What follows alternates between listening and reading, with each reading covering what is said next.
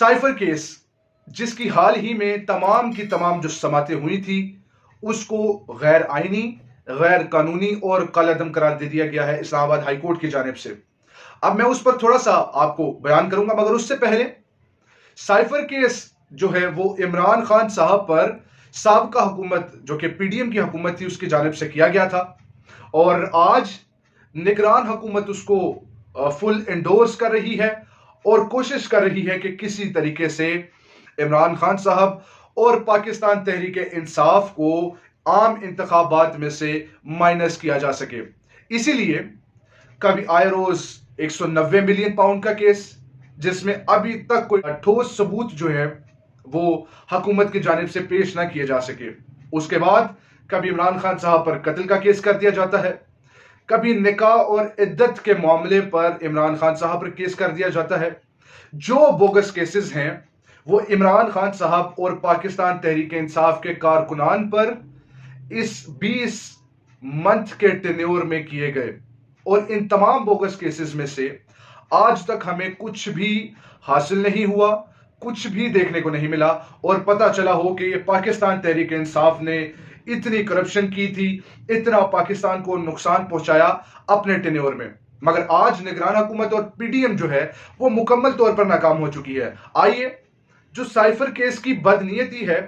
اس کو آپ سب کے سامنے میں ظاہر کرتا چلوں۔ اسلام آباد ہائی کورٹ کی جانب سے جو جسٹس صاحب تھے گل حسن صاحب، ان کی جانب سے یہ کہا گیا کہ جو نگران حکومت کی کابینہ ہے اس کی جانب سے نوٹیفیکیشن 3 سے 4 دن قبل جاری کیا گیا کہ جو عمران خان صاحب کے خلاف کیس کی سماعت ہے اس کو جیل میں کیا جا سکتا ہے، اور جو تمام کی تمام سماعتیں 29 اگست سے جاری تھی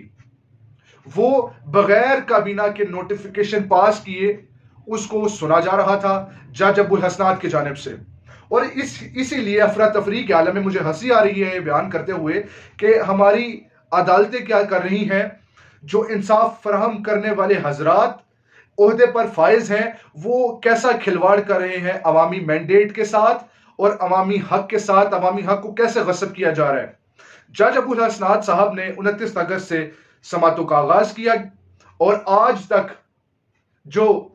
سماعت کی گئی تھی عمران خان صاحب اور شاہ محمود قریشی صاحب کے خلاف، اس کو جو اسلام آباد ہائی کورٹ ہے اس نے کالعدم قرار دے دیا ہے، اور یہ کہا ہے کہ یہ غیر آئینی تھا، غیر قانونی تھا، اس وجہ سے ہم اس کو کالعدم قرار دیتے ہیں۔ اب اس پر سوال جو اٹھتے تھے وہ تو ہرگز نہ کیے گئے، نہ پوچھے گئے۔ سوال یہ اٹھتے تھے کہ آیا 2-3 مہینوں سے عمران خان اور شاہ محمود کو جیل میں جو بند رکھا گیا وہ کس بیس پر رکھا گیا؟ عمران خان اور شاہ محمود کے خلاف جو سماعتیں کی گئیں، جو کیس سنا گیا، ٹرائل کیا گیا، وہ کس بیس پر کیا گیا؟ کیا وفاقی حکومت نے کوئی نوٹیفیکیشن ایسا جاری کیا تھا جس کی بیس پر جو عدالتی ٹرائل ہے وہ جیل میں کیا جا سکے؟ تو اس کا جواب ہے نہیں۔ تو اسی وجہ سے جج ابو الحسنات نے بھی غیر آئینی عمل کیا عدالت میں بیٹھ کر، معذرت چاہتا ہوں وڈیالہ جیل میں بیٹھ کر۔ اس کے ساتھ ساتھ نگران حکومت جو مکمل طور پر پی ڈی ایم کی حکومت دکھائی دیتی ہے اور ظاہر یہ کرتی ہے کہ ہم تو بھائی فری اینڈ فیئر الیکشن کروانے آئے ہیں،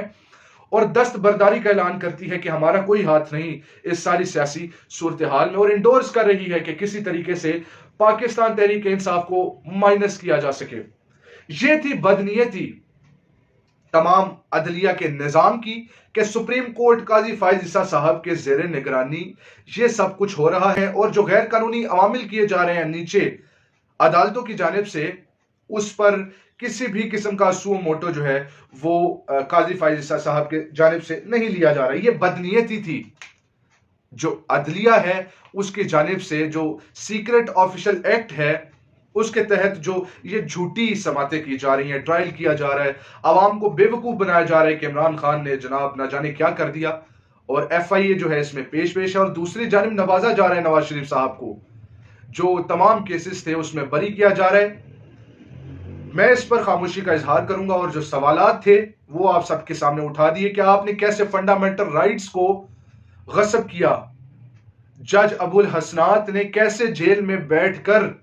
3-4 مہینے ایک انسان کی زندگی کے برباد کیے جس کو غیر آئینی قرار دے دیا گیا۔ اسلام آباد ہائی کورٹ کی جانب سے۔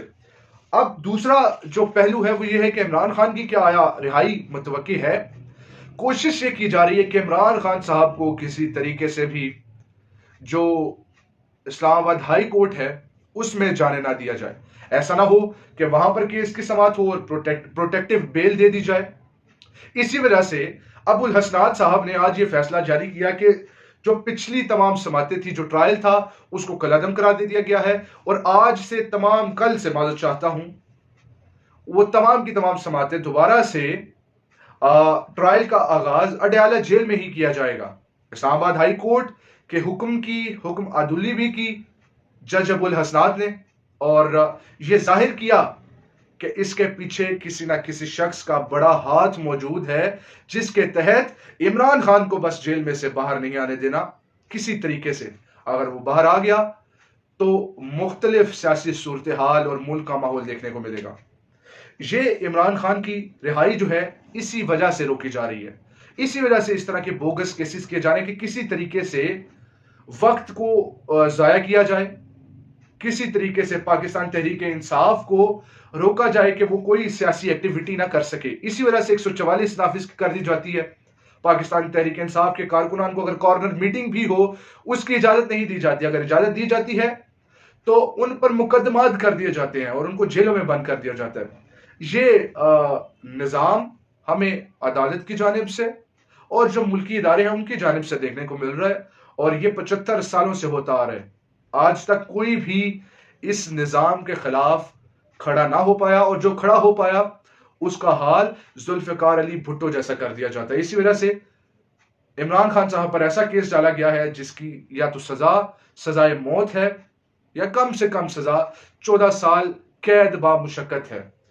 اب عمران خان صاحب چاہتے تو ڈیل کر سکتے تھے، عوام کو دھوکہ دے سکتے تھے، اور بیرون ملک جا کر آرام سے نواز شریف صاحب کی طرح کمر درد نکال کر بیٹھ سکتے تھے، اور جیسے ہی کوئی اسٹیبلشمنٹ میں نیا شخص آتا تو اس کے ساتھ ڈیل کر کے دوبارہ اندر آ سکتے تھے، تو مگر انہوں نے